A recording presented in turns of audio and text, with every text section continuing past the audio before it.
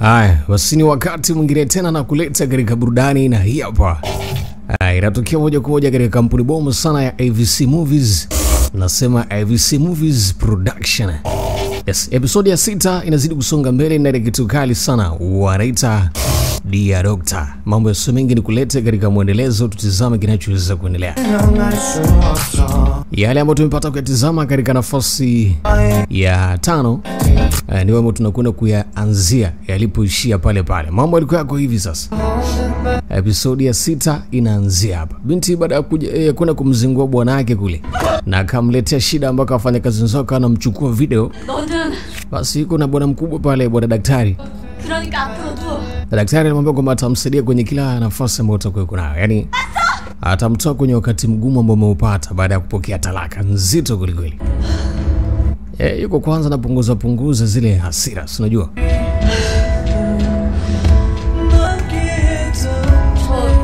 Anasema niko sawa. Maana jamaa alimuacha kwanza kidogo apunguze wengine, alimwekea muziki kidogo. Kuona jisikia sawa. Ndio. 고맙습니다. Asante sana. 실은 Yaani hasa ni marangu ya kwanza, unajua. Yaani sijazoea mambo. Kuacha hisia ziniletee shida ni marangu ya kwanza, na kujaribu kutembea kukaa sawa kwa speed ya LTE kidogo. Hasa mara zote unaweza kutumia 2G basi. Lakini kweli asante sana. 아니요. Hamna kitu. 오히려 제가 고맙죠. Mimi ndo peke yangu niseme asante kwa wewe. Yaani licha kuwa kwamba nafahamu jinsi gani na uwezo nilokuwa nao, ila nimetumia miaka 2 kujaribu kutatua ile tatizo. Lakini Sodam ametumia siku 10, yani dakika 10 tu kumaliza ile tatizo. Wanasema siku zote mapenzi yakianza yanaanza na watu wawili.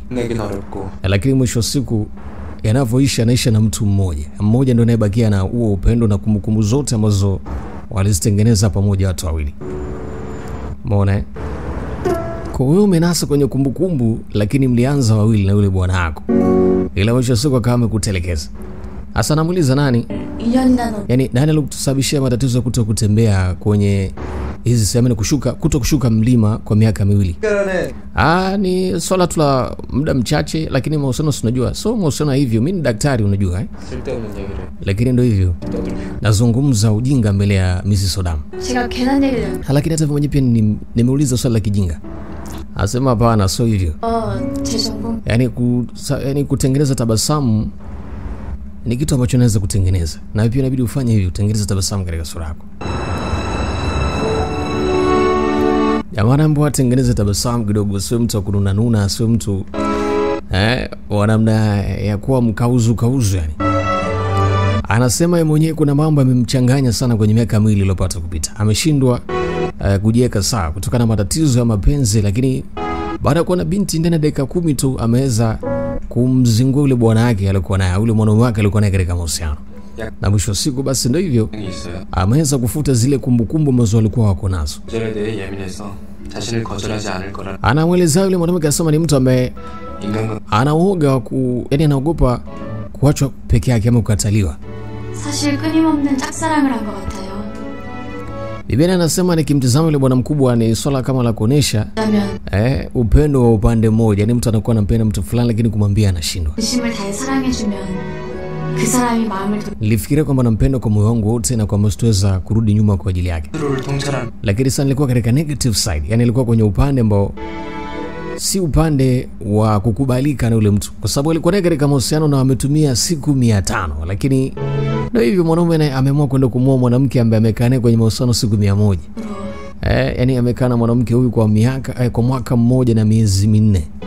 Lakini mwisho siku jamaa ndio hivyo, ameshaamua kumove na mwanamke mwingine. 두렵다고 같이만 있기엔 너무 아까운 사람 같은데요. Anamuuliza hivi kuanguka kwa kuogopa sio kama ni kitu kibaya labda. 어쩌면 자신만 모르고 있는지도 모르죠. Wewe utakuwa peke yako hujagundua kuhusu hili. 그럼 오늘처럼 선생님 Kama ilivyo leo unanisaidia sasa hapa. 다른 사람이 조금씩 Unambadilisha mtu aliyekuwa kama mimi kwa mtu ambaye anaweza akapendwa ama akapenda tena. 수 있겠죠? Nafikiri kwa haya yote nayoyapata naweza nikapenda tena. 있는 그대로의 소담 씨를 진심으로 Anasema kama ukipata mtu akumpenda basi mpende kwa moyo wako wote. 나타날 거예요. Wanaosemaga kwamba kiachika hataki tena kuingia katika mahusiano, wale wanakuwa na matatizo kisaikolojia, na kama ukitaka upone uwe sawa, inabidi utafute daktari ambaye atakusaidia ama ndio hivyo. Yani ukiwa katika mahusiano na unasema eti umeachika huwezi kupenda tena, una matatizo kisaikolojia, inabidi upate usaidizi wa madaktari ama upate elimu ya kuhusu mahusiano ambayo itakusaidia sasa upunguze zile stress ama upunguze yale mawazo na hasa kinachokuwa kinakuumiza ni zile kumbukumbu ambazo ulitengeneza na ule mtu wako. Sasa ukikumbuka malabilabi malobilobi malove yale, unazidi kujisikia vibaya.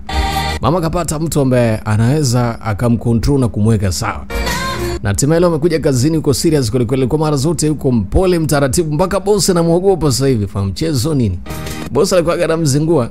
정대수 씨 목소리가 들리면 연습했던 것처럼 눈을 감고 호흡에 Anema kama akisikia ile sauti yule mwanaume inabidi kwanza afunge macho yake, afu avute pumzi ya maana. Alafu ajisemee ndani ya moyo wake kwamba anaweza akaendelea na maisha yake bila ya huyo mtu aliyokuwa naye. Haya wadada, mnaelewa kinachozungumzika hapa? Yaani kama unakuwa unamwaza mtu uliokuwa umechana naye, inasemekana sasa ama inasemwa ufunge macho yako, afu useme kwamba unaweza ukaishi bila yeye. Vuta pumzi ndefu afu sema unaweza ukaishi bila yeye. Hiyo ndio tiba. Ukiangalia movie pia unapata na elimu ya mambo ya maisha na mahusiano.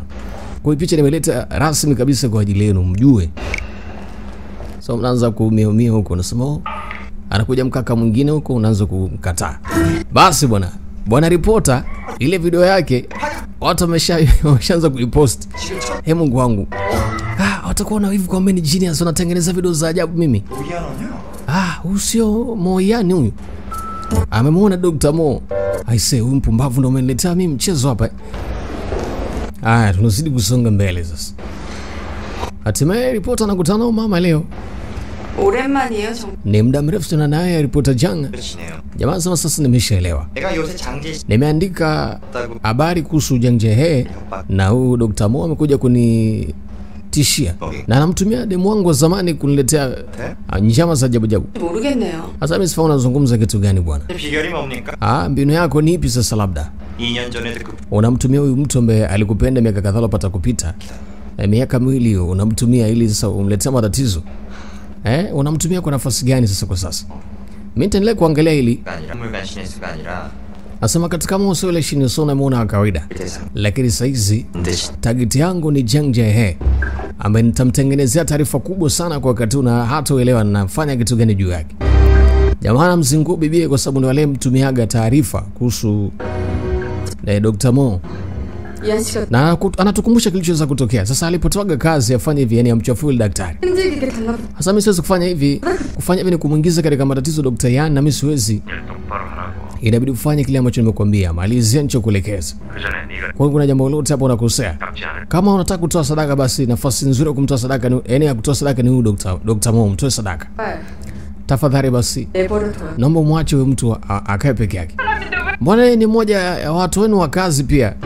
Ni mmoja ya mrithi katika kampuni hiyo ama ni mmoja ya wamiliki wa kampuni. Yaani yule daktari anasemekana leo ni mmoja ya wamiliki wa ofisi. Umeona Lakini walimzingua, yani ofisi ya hospitali ambayo alikuwa anafanyia kazi. Walimzingua kama msimamisha leseni yake ya kazi basi. Sasa yule jamaa tunayemwona mara zote anamfuataga Dr. Yani, kumbe ndo mtu mbaya mwenyewe anayemzingua. Anamletea vikwazo kwenye kazi. Na alisema amekuja kumpatia msaada lakini kumbe ndo hivyo anamtumia kwenye matatizo. Basi wakati uko hapa sema kika naita. Na wakati mchumba anakuja, ile sema kutaka kuipokea kama kwa chana naye. 선생님. Daktari. 머리 묶었네요. 네. Vipi sasa umefunga nywele zako? Anasema ndio nusu kichwa lakini. 반가워요. Nafurahia kukuona basi.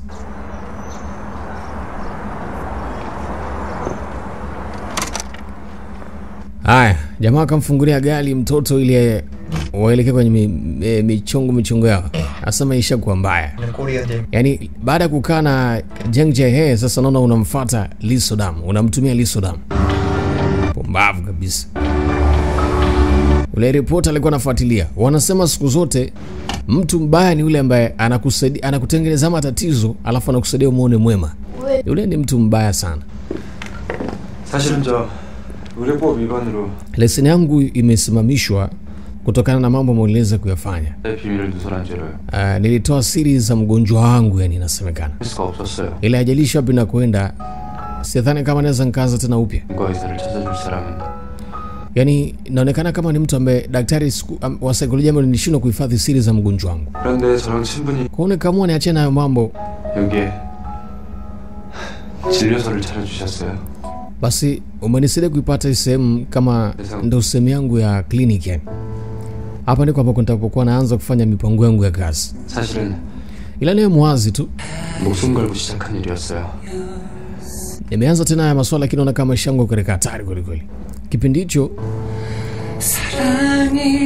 저한테 말을 해줄래? nilikuwa natizama na wagonjwa wangu, nilikuwa niko pamoja na wagonjwa wangu na nazungumza nao vizuri, tunaelewana. 여기서 그만 돌아가도 괜찮아요. Ile itakuwa ni vizuri kama unataka kurudi nyuma kuwa soda mshi yule, lakini sio kwa mimi hapa tena kuwa daktari kama ilivyokuwa. Sasa mambo yashakuwa mengi. Zamani alikuwa anatoaga huduma zake za daktari kwenye sehemu. 있잖아요. Anauliza kwani wakati wa mission yako wewe? 같이 있어드리고. Mimi ningependa basi nikae na wewe siku zote. Mama anasema kama inawezekana anatamani akae naye karibu siku zote ili mambo yasiwe mengi, amsaidie ili ikiwezekana sasa afanikishe kazi yake ama arudishe leseni yake aendelee kufanya kazi kama daktari kama ilivyokuwa zamani.